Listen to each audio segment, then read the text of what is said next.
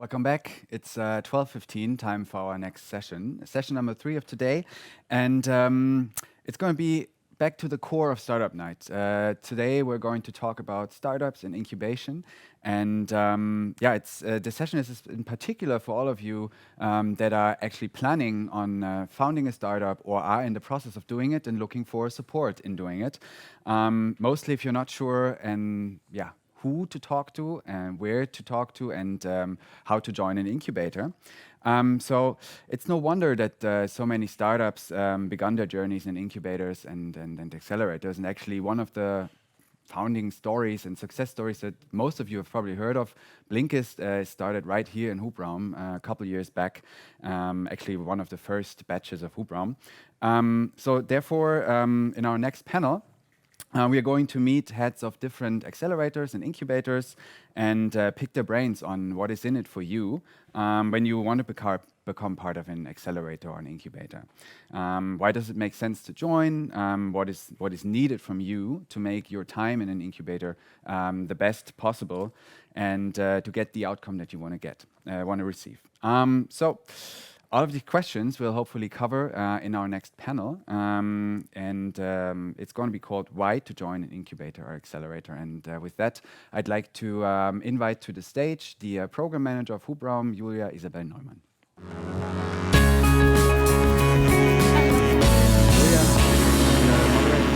Exactly. So can you give us a little insight on what Hubraum does? Hubraum is the technology incubator of Deutsche Telekom. And what we do is that we run various programs with tech focus on, for example, IoT, 5G, or XR. We're represented in Krakow, in Tel Aviv, and in Berlin.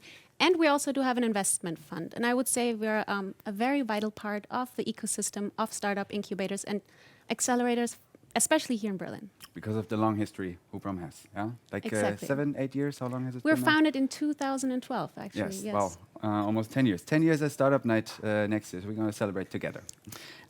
So what makes Hubraum so special compared to other incubators, corporate incubators out there in the ecosystem? I think one thing you just mentioned, at least here in Berlin, we're one of the oldest, founded in 2012. And I would say as the tech incubator of Deutsche Telekom, what is unique for us is that we can provide the startups with our access to network infrastructure and our huge and very vast network of technology experts and engineering support. Another thing that's very special about us is that we just recently, not quite long ago actually, started a talk format called hubraum on Air, where we invite such experts to talk about topics in that field, incubation, tech topics, to help the startups with all the questions they have, as we do now in the Startup Night right now. With that said, nice transition. I leave the stage to you and to the guests joining you, and have fun, guys, out there on the screens. Thank you.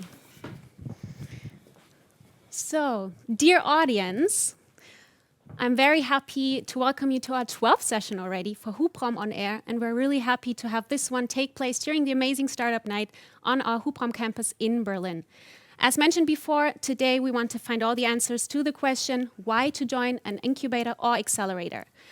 We want to give you a little overview in the jungle of offers, give you some tips and tricks about applications to do, not to do's, and also we want to help you finding out which program might be the right one for you. And as always, we don't do that, just me on the stage, but we invite 3 absolute pros in this field. Here with me today, please come up on stage, Tobias Wittig, the board member of Reaktor Berlin. Hello, Tobias. Iris Hempel, who is the project lead at High Tech Seed Lab, and Axel Menneking, the head of Hubraum. Very great to have you here in this very nice atmosphere. I hope you're feeling well. Everything all right? Thank you for having us. Welcome. I think to groove in, let's start with a very easy question. You always hear accelerator, incubator. What exactly is the difference? Can you explain the terms to us a little bit? Iris, maybe you want to start? Sure. First of all, what they have in common is they both offer support for startups or aspiring founders. What I can already say is where they differ is when looking at the stage they're targeting for a startup. So an incubator targets a very early stage. Founders or founding teams that are still in their idea phase, but missing the knowledge to bring this idea to life and build this to a business. And incubators therefore offer mentoring, networking to bring this to life, and usually run for at least a year, I would say, even longer. Whereas accelerators support teams that already have a business and aiming to put that to the next level. Like, do they want to find their first customers, and do they want to maybe internationalize even, depending on the exact stage. And an accelerator then offers mentoring, networking, maybe workshops, and most of them even financial support, and usually runs for 3 to 6 months, maybe longer, but yeah, that's roughly it. Would you agree with that, Axel, from an incubator perspective? Yeah, I think that's well explained. So incubators tend to be more long-term, are more tech-oriented, and offer like a more intensive support to younger teams. And accelerators tend to be more for companies who already have found their, let me say, scalable business model, and try to give them another push. However, it's also a bit blurred. Yeah, so it's like, I would say it's also like a sometimes artificial definition, because like, for example, if we work at new technologies, let's say 3 years ago, 5G, yeah, even a more mature startup is a new starter in that technology and starts from scratch. So I would say like both are really, want to make startups more successful, and that's the common ground that, as you mentioned in the beginning. Yeah. Tobias, what's your opinion on that? And what is the target group for Reactor Berlin in this case? Oh, 2 questions at once. Thank you. Yes. No, I fully agree with your definition to basically bring it to the point. Incubator, as the word says, is for early born babies to make them survive over a long period of time. Accelerator, I always imagine like the turbo booster on a rocket. So basically you have a startup that could run on their own and would be successful on their own, but as an accelerator, you just to give them additional resources to actually get them up into space. The second question was, what's our requirements for people to get into Reactor? No, let's talk more about target groups so far. Which the target groups do group you target? is startups that basically come from the kitchen table, and they decide they want to spend all their energy full time on growing the startup, and at the point they don't have any resources, so they don't have any funding yet. They don't have any public grants, and they just said, I need half a year time to actually work on my project, and then after that half year I can run on my own feet. Okay, great. Iris, how is that for High Tech Seed Lab? It's about the same. I mean, we're both publicly funded under the BSS Berlin Startup Stipend umbrella. We're also supporting very young teams that didn't incorporate their business yet, or if they did, then not longer than 3 months ago, a team of 2 to 4 people. And yeah, just they want to commit their full-time, spending 10 months with us in the program and building their business up. So for High Tech Seed Lab, the really right time to apply for you is in the very early stage. Very early stage, yeah. You have an MVP, but then we help you with the rest. Same for you, Tobias? Not necessarily. I mean, we also have serial founders that basically just fit into that time period, because there's public requirements for the funding that you shouldn't be established in the market. So you should ideally not have revenues yet. You can have the company established for about three months. And that's about the stage where we play. And it's difficult to basically then do batches like many accelerators do, because then you just have one point in time where you basically grab all the potential startups. So for starting next year, we will do monthly access to the program. It will be a revolving program. So we basically can then also be with the startups and tell them, no, you're a bit too early, just wait for another 2 months, and then basically always find the right spot for them, for the program to make sense. Because making sense means we do workshops and we do lessons. It's like a mini MBA in entrepreneurship. And for some of them, it's just too early. They say, what a waste of time. I need different things, and others it's too late. And to basically find the sweet spot, that's basically, I think, the secret sauce of all of us. Yeah, it sounds really familiar, Axel, don't you think? Like, when's the right time to enter? Do we do it in batches or not? What would you say for hubraum? What's the right time to enter? Yeah, for hubraum it's a bit later. So we're coming from the corporate side, so we can help startups if we can help them to scale and work with our technology. And for that, something like a product needs to be in place. And that doesn't mean that the product is already like fully proven and there's a scalable business model behind that. It's a phase that is a bit earlier, so there's more flexibility, and that are the companies we're looking for. Yeah. Okay, so we talked about the right timing, the difference of incubator and accelerator, but let's go to the very core of it. What is the actual benefit for startups to apply? Can we wrap that up somehow? Like, let's start with Iris. What is one of the biggest benefits a startup would have applying for High-Tech Seed Lab? You get to have access to a network of industry experts, of investors, for instance. You get a lot of truly tailored workshops, tailored to your needs. You have a monthly stipend for each team member, so you can fully concentrate on your startup for the duration of the program, which is nice. And it's also like at Reactor equity free, so you don't give away any shares. Yeah, and we also offer you a membership to a co-working space in Berlin. So this is also a great place to engage with the startup ecosystem in Berlin. Axel, is there anything to add from our side? So I experience that startups need mainly three things. One is financing, because they fail without money. Second is access to markets and customers to do their testing and then later on create a scalable revenue business model. And third is access to technology. And these are the main pillars we provide to startups, besides like a overarching like mentoring and support. So we have the investment fund for optional investments. So it's also no strings attached, but we can invest if we want to. The second is like access to our markets. And that's, I think, also the secret sauce, that we are very connected to our business units who can scale those products and market those products later on. And thirdly, as you mentioned in the beginning, we have unique access to technology here at that location and in our countries, and that are the offers we do for the startups. Yes, we also do have a great community. So if you sit on one of our campuses, you do have a great co-working space as well, and are part of a great ecosystem. Tobias, Reactor Berlin, anything we missed here, or is it also? No, Iris explained it all. I would basically put it down to the point: if you're in the kitchen table, you don't talk to anybody. And with us, you're in a co-working space, you have a network of mentors, like dedicated people that we don't pay, that volunteer the time of like 70 plus people of all industry treats.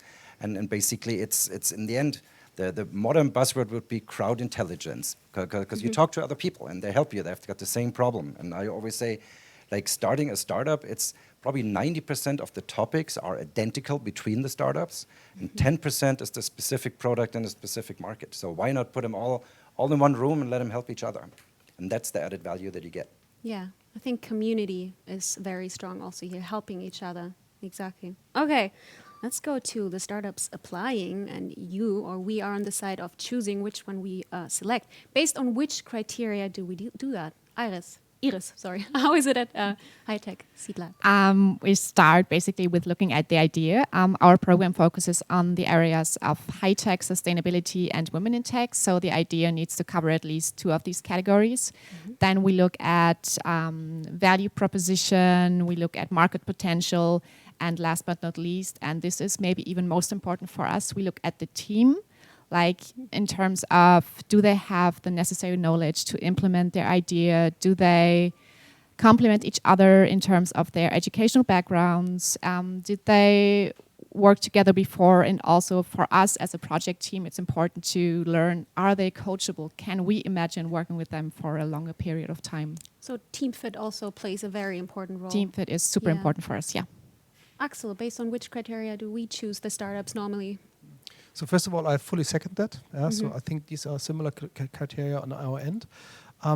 There's one aspect that we put also a lot of emphasis on, and it's what I call the strategic fit. So can we really help those teams? And we can help the team if our business people want them. So we invite our marketeers and product owners to these selection days. And actually, in the end, they also decide if you onboard those teams.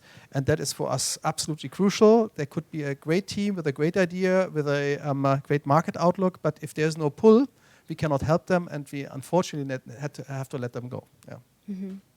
Do you have other criteria than strategic fit? Not really, but in the end, we do not have a corporate bias, which of course Telecom hubraum has.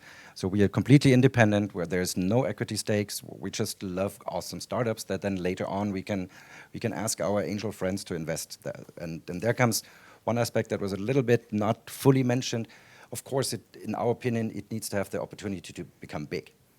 A venture case, just what Mali said earlier on stage, is like a lot of Berlin-based startups just think small. Oh, we can have a successful business, then we sell it for 20 million. No, why not become the next unicorn? Why not Berlin? We actually kick ass of Silicon Valley. We can become big, and that's kind of also an attitude topic. While at the same time, and we call it always the beer test, it's like they need to be friendly people that we love to have beer with. So you don't want asshole. You want to be an asshole-free zone. Yeah, fully agree. Yeah. So I imagine applying for a program, for an accelerator or an incubator, being like applying for a job. There are certain do's and don'ts.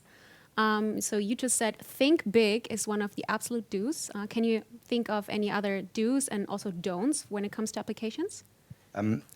Number one is think big, but as also Sebastian said earlier for the Business Angel Club, be aware of your weaknesses. You basically come from the kitchen table and you show me your pitch deck and you're already there conquering the world? No, that can't be true, right? So why should you then go to an accelerator program? In the end, be open, honest, intellectually truthful. We will do reference checks, and the truth will come out anyway. It helps to know one of the initiators of Reactor or the operational team. However, we also selected several teams that we didn't know before. In the end, how we do it, we also have crowd intelligence. In that case, we do, because we say I'm way too stupid to select startups, right? So we do a selection day where we invite all our mentors, and there's 15 startups on 15 tables with like 2 mentors each, and they go through the whole day of rotations. It's speed dating. In the end, the mentors type in their vote, and then usually it actually works out that that's the top 5. Bang. Okay.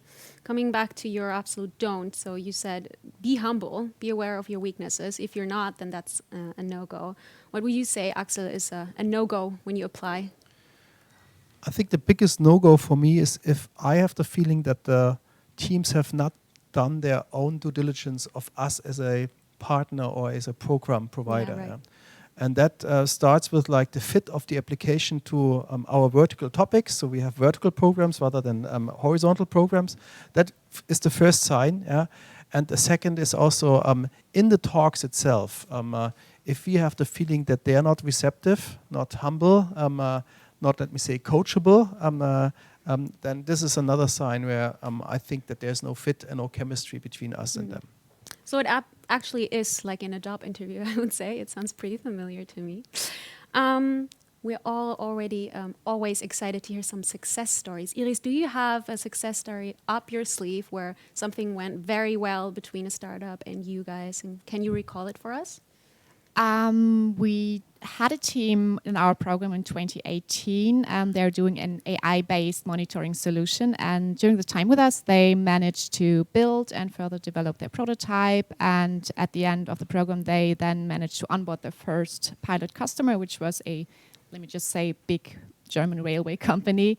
And now this year in spring, I've seen that they closed a 5 million Series A funding round. So I think this is something that really shows me, okay, we did the right selection. It was a team with not only a great idea, but also a team that worked really well together, that was motivated, and it's really rewarding to see them out there getting big funding round in. So, yeah. You seem to be very proud of that, for sure. Very much. Tobias, can you add something? I give you 1.5. The one that's obvious these days, because it's all over the media, is Avocago. It's a Lastenrad sharing platform, which is all over politics and whatever, and they're just awesome. So you don't need to buy your Lastenrad anymore, you just share it and drive it point to point. But the one that actually illustrates the story of Reactor a little bit more is a company formerly known as Blitzer. And basically when we did selection days, there was crazy physical doctorates showing up, so, we can measure speed with a cell phone. It's like, yeah, right, well, who needs that? And then it turned out with lots of discussions and whatever that basically they can do speed traps at the cost of 10% of a current speed trap. And if you have only 10% of the cost, you don't need to do speed traps, but you can do also traffic management systems for urban mobility topics. And they received funding of close to $1 million within I think 4 months of their company formation. And now they've got some states of Germany that actually buy significant numbers of the product, and they're just surfing on the wave, which is amazing. Sounds amazing. Great job. Axel, how about our success stories? So we are a bit longer around the corner. So in terms of like residents starting their business in our space, I would say it's Tier, the e-scooter company. In terms of investments, you mentioned Blinkist, but I think also like Teraki, for example, a great tech startup, is a huge success. And coming out of our programs, I love most Explorer. It's a kids watch to monitor and help kids in dangerous situations. And that is part of like the portfolio of Deutsche Telekom now, not only in Germany, but also internationally. So that's a really nice scaling story. Yeah, okay. Speaking of the co-working spaces that I think all of us, we offer that to startups, is it necessary to be on site during we call it residency program, or do the programs also happen remotely? Maybe Corona changed something with that, for sure, actually. Iris, what do you think? Of course, during Corona, most of our program took place remotely. However, we strongly encourage our startups to be present in the co-working space. This year, we only started in July because it didn't really make sense before that.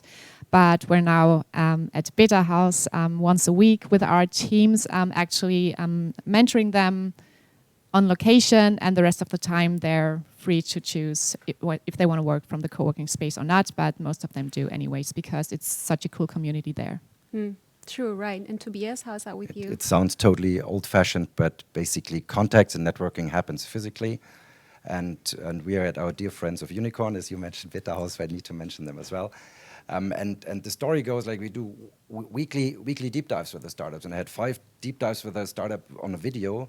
And then I did the first one physical, and within 5 minutes I found out that he's a passionate football fan, and and we discussed about Bayern Munich and whatever. So the bonding is just much stronger if you do it physically. Yeah, I would totally agree with that. Okay, so the last words go to you. Can you, in one sentence, tell me why should you join Hubraum? Well, we have the power with our mother, Deutsche Telekom, to scale the business and conquer new technologies and markets and customers. Thank you. Iris? Of course, if you have a great idea, you can just go ahead and do it on your own, and you might be successful even, but it's a lot easier to have someone by your side with the relevant knowledge and a network of industry experts. And last but not least, Tobias? We are fun and great to be around with. Our initiators have many years of experience, and success shows that it works. Sounds like it. Okay, thank you very much for your great support to this panel here. I think we were able to answer quite a few questions. I hope that we could clarify some for you also, dear startups. Thank you very much for tuning in. Please also join the Q&A session around all the topics we just discussed here. It's on Hopin, you'll find the link there.